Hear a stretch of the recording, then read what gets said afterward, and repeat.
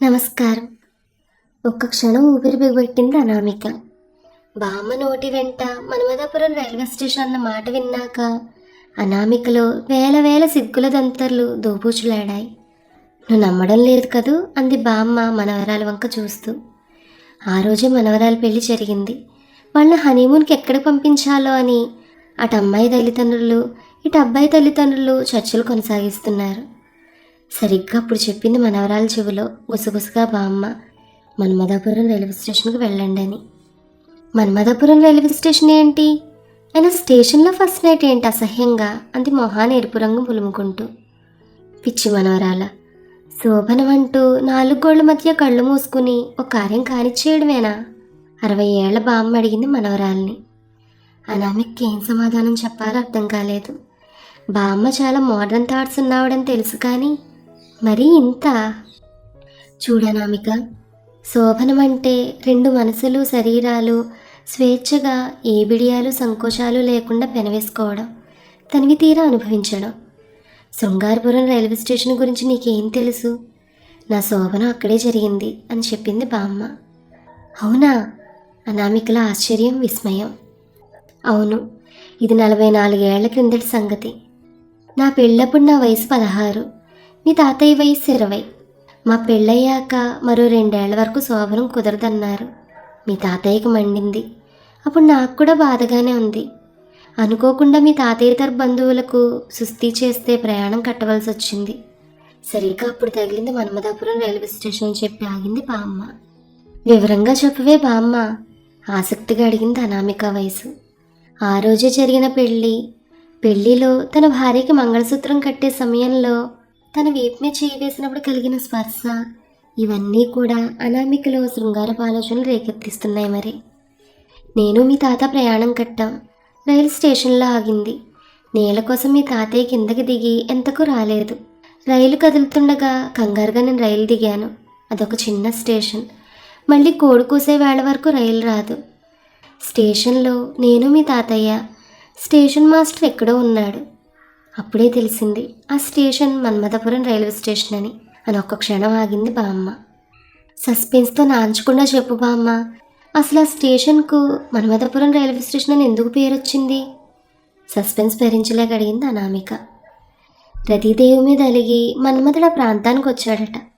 రతీదేవి మొగుడిని వెతుక్కుంటూ అక్కడికి వచ్చింది. మన్మథుడు విరహంతో వేగిపోతూ ఎక్కడికైతే వచ్చాడో అక్కడే కొంతకాలం ఉండడం వల్ల ఆ ప్రాంతమంతా శృంగారమయమైంది.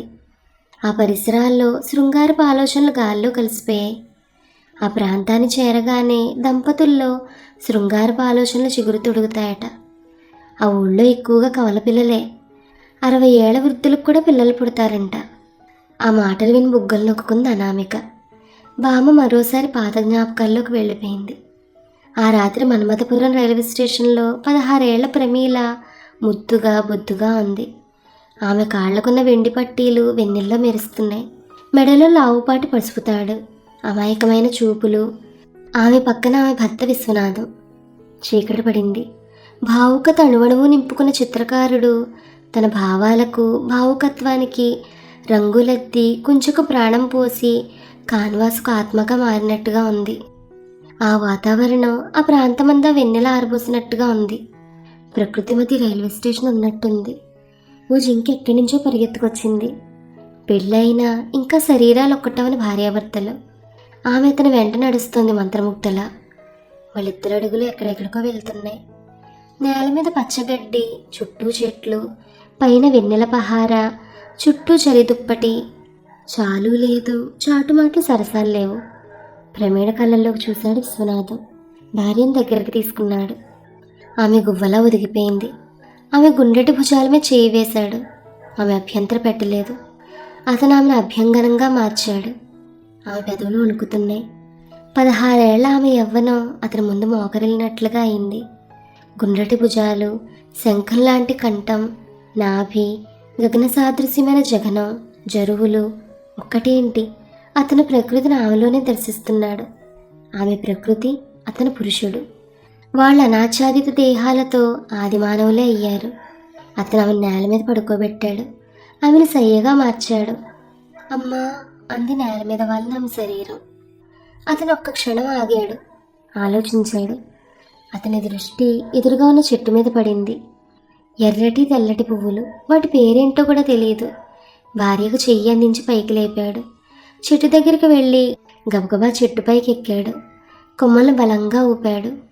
పువ్వులు తెలుపు ఎరుపు మిశ్రమంలో నేల మీద పడుతున్నాయి. అలా అతను చాలాసేపు చేశాడు. తర్వాత చెట్టు దిగొచ్చాడు. ఆ పువ్వులన్నీ నేల మీద గుట్టగా పడున్నాయి. వాటిని సయ్యగా సర్దాడు.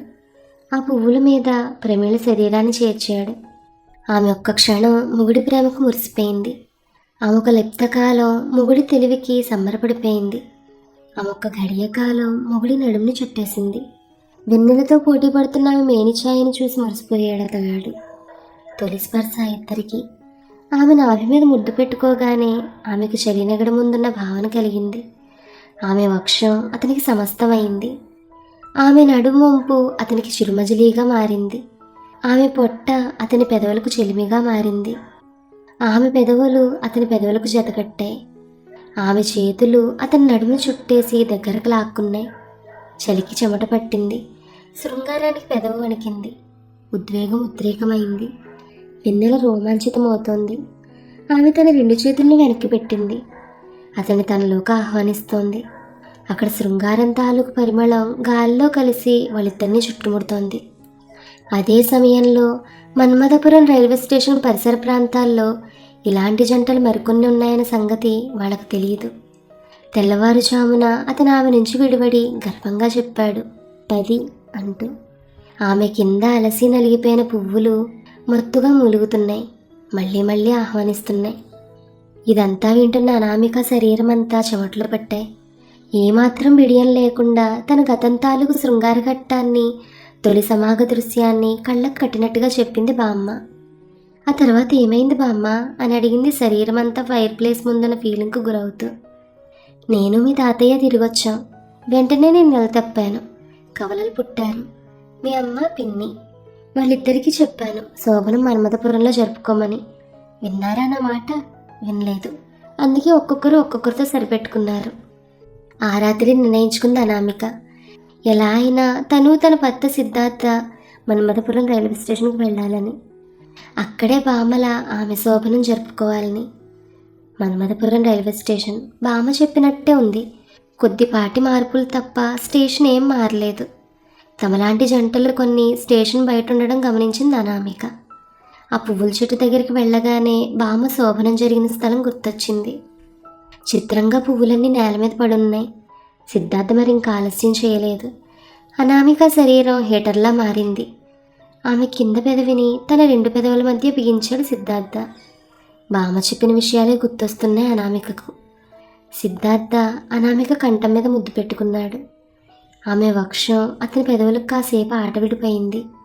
ఆమె నాభి అతని ముద్దులకు కేంద్ర బిందువైంది.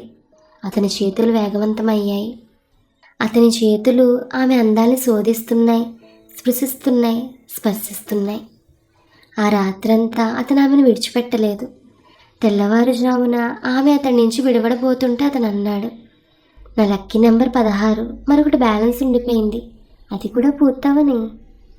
మన్మథపురం రైల్వే స్టేషన్లో 3 రోజులు రాత్రి పగలు తేడా లేకుండా గడిపారు.